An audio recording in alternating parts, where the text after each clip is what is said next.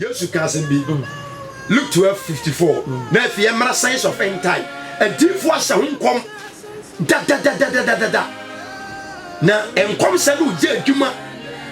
That's a name you remember New Testament. Signs of end time, a New Testament, and then the Old Testament. And Titi deep for and some of Kafa, and someone else here brings so.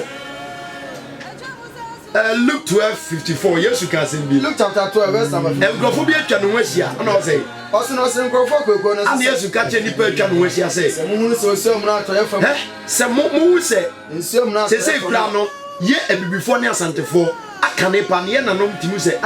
send ye really boy dear and then so better. Really, in Suria. I'm Pabons and some of more canoe. A woman more bedroom now, bum. A few so talk and say, Young Cassin in Subeto.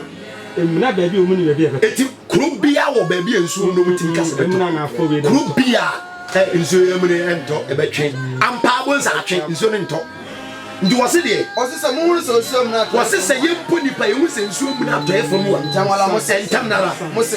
osore ba wose wo de ensu we de beto na basa na ebasa na se mo hunu sa na fom frama re ba na se wo se to dem framo bitimi bombs a framo de ensu ato baby ampa bonza obi free kro so ba se ensu to ato a eto dem po bibi timi so we de afi de ohwe ankra yale beba ampa bonza ankra yale ntanchame yale ye na nanu timi hu osoro eni nsenkyere ne ase kyere bre oni mi do ose mo hunu sa na fom frama e ba mo se huro re ba ehuro ba na ba mu ne ba sa nso na twomfo yesu se ye nya atwom papa nipa e wo wiase nya atwom di enti no wakan sa muni masase no so ne na so kyere asase eto dem pom tim kasa afi we de bode enye yi afi we de dua banje kura embo ampa so ukwa eye adwuma ani yesu ye nya atwom muni masase no so ne na timi kyere asase we ni wo soro enima ni kyere de na de na mo hunu ebre ya na de le kase Kristo ba onyankopon ba wiase ko na wie dia na nipa edi ekiye umbo unu aduane a utimi hu limit sabe aduane de 30 minutes o aben kwose we dis so nya sema aduase kwose abere ni na da aben ampa ba ko mi ade na be well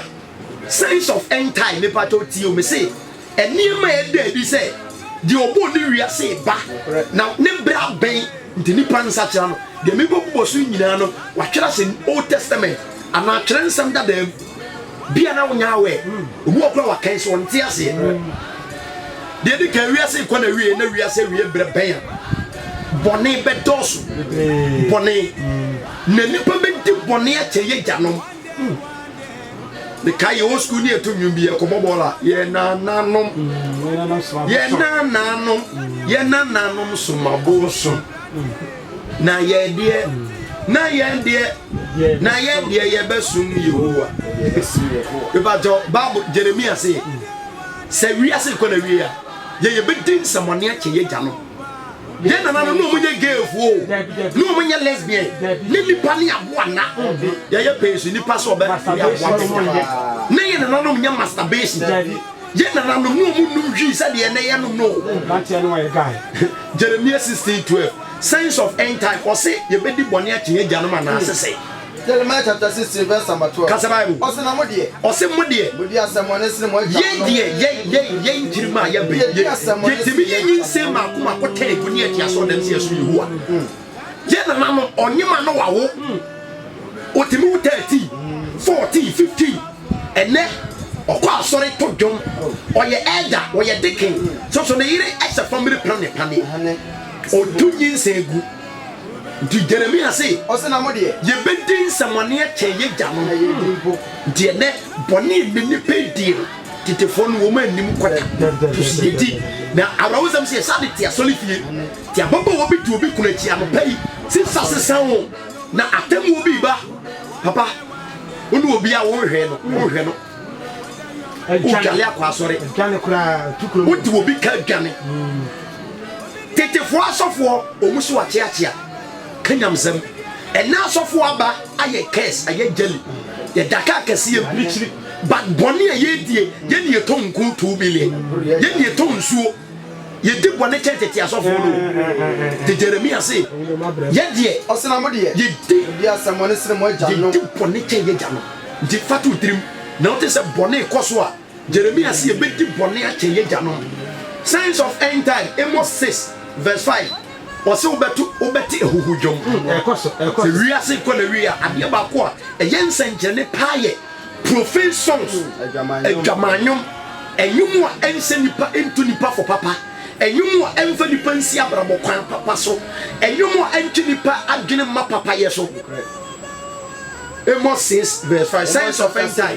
baako nie ɔsɛ wɔto ahu dwom de yi sanku ɔsɛ wiase kɔ na wie a deɛ bɛmu hu sɛ signs of end time wiase ma na ɛbɛba no bɛyɛ dɛ to ahu dwom yi sanku ano mo bɛto ahu dwom ɛdwom a ɛyɛ wokyɛ sɛ wonye nimdeɛ bi mfiri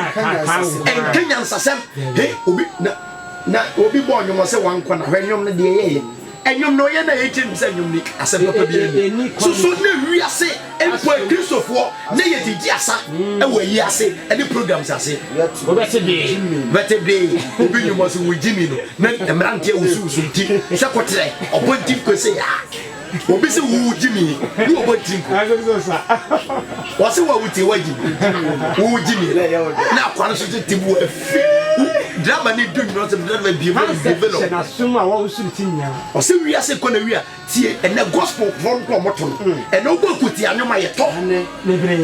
akuti anwom kyɛn sɛ wobɔ nnwom ama na twe nipa adwene bɛ nyame so kristo mfa bɔne nkyɛn no ɔdɛfo a wotie me ne wo ka ewiase ɛnneɛma ɛda adi sɛ ɔbɔ adeɛ ne bra bɛn na wiase aduru mpɛmpɛnsuo bi asɛe na adeɛ bi asɛe a yɛboaboa ne yɛde gyae de nti ɛtɔ da obi tumi yi ne da mu nneɛma nyina deɛ nyɛ papa no na waboaboa no wahye no ewiase aduru bɔne wiase Amos 6 ne se yɛbɛto ohu dwom ɛde ayi sankua na ɔmu wia no mɔbɔ mu tim sɛ sankua ne yɛde ɛsɛ David deɛ na dwuma edo obi kura so ɔno wɔto dwom sɛ David mu pɛ so ɔranka no nwom deɛ na nwom so a wɔte no wɔntere abadeɛ anim yɛworɔworɔ yɛ ho na ɔba hyɛ nikai pant brezi angoa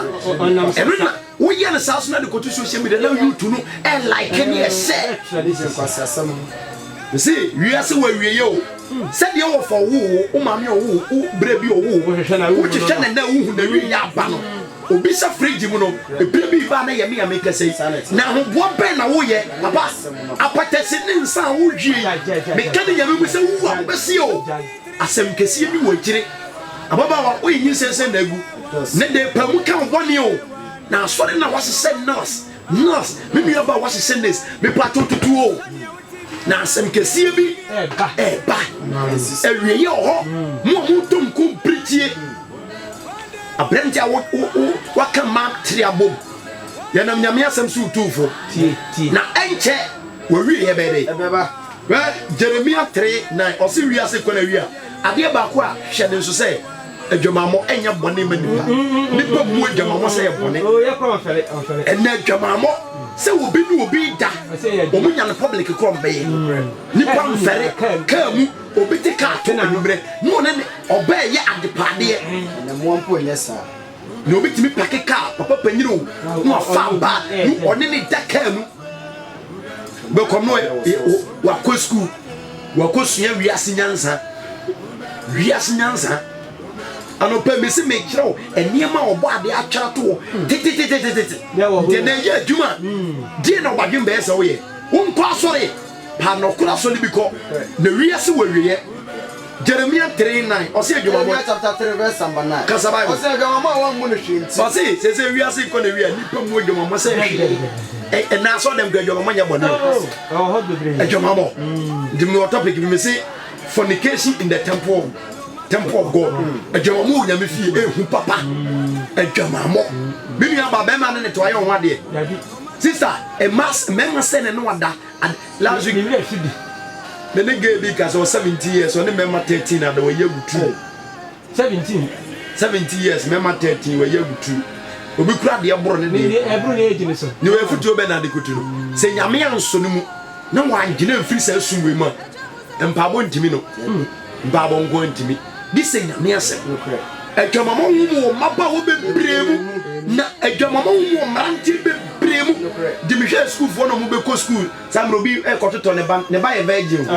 but o free school mo mra no nya virgin obi ba nim wi no onko mra no wi ɔsi adwuma mo asese adwuma wɔn mu ne hwee yɛ mu ne hwee nti asase no ho fi nti sɛ asase ne wɔn yɛ dɛ Egu fi. asase wɔ egu fi na sɛdeɛ wɔhyɛ atade ne yɛ fi a wosie Usi no. mepatɛ onyame bɛsi wiase Yo. afei mika 12 mika 6:12 ɔsɛ wiase kɔ na wi a obi nya sika a ɔmo bɛhyɛ hiafoɔ so de control ɔmo bɛhyɛ mɔborɔfoɔ so wɔne ne yɛ adwuma wɔ sika pa so wɔsɛ di wo ya mika 6:12 signs of end time verse number 12 ɔsɛ nhyɛsoɔ yɛ mu adefo ama ɔsɛ yɛ sɛ wiase kɔ na wi a ɛnhyɛsoɔ ɛbɛyɛ mu adefo ama ɛbɛyɛ mu adefoɔ sikafoɔ nti ɛwɔ sikafoɔ bebree a ɔmo nyame ɔmo afa kwati kwan so esisi adwuma ɔmo adwumafoɔ ne nyinaa signs of end time bi a esikafoɔ maako na ne yɛ adwuma oyi ne yam ɛboa wo ɔdwene wo daakye obi nwene ne wakɛse ho wɔde sika no nko a sika tini wɔnsi ne kura bɛdi wɔn ahwɛ ɔbɛyi wadi nansa na ɔbɛyi wadi nso deɛ ɔbɛyɛ wo no ɔsi ɛnhyɛsoɔ ɛyɛ mu adefoɔ maama na emu ɔsɛ emu bɔka na ewiase kɔ na wi atoro pa atoro sɛm nipa bɛdi atoro tɛmi sɛ ɛnɛ atoro mo my telephone obi sɛ ɛyɛ kasatorofo dɛm ahomatorofo nyɛ ahomatorofo yɛfrɛ no ahomaboafoɔ ɛboa yɛ mekɔ brɔda Vincent ana mafrɛ na wofie ɔsɛ medi hɔ na masan phone no ntwa ntorɔ wo nipa no kura na atwa torɔ phone ɛno amfa pornographic mmerɛ wo wo na abɛkɔ site wo Sunday message na mian na hu yɛ na so bɛhwɛ nti phone ɔnyɛ wo bɔne baggage in baggage out deɛ ɔde bɛwura mu no ɛna de bɛma wo anɔpɛ nyame mfa bɔne nkyɛɛ da nti mepaato yɛ sikani na nipa sawase woyɛ director nipa ɛhyɛ wase no sɛ wohom wɔ mo so woma mu nya fa wodie wɔ kwampa so na wopie po w'ani obi kura tumi yɛ adwuma na ne sika na ɛkatua wɔn mpɛ sɛ wɔde bɛma no wobɛdi ho akɔneaba ɔtua so ne ɔtwa ne peace wogye sika na ntimi fa nyɛ hwee ɛwɔ sikafo bebree na ɔmpɛ sɛ n'adwumayɛfoɔ no kora bɛpagya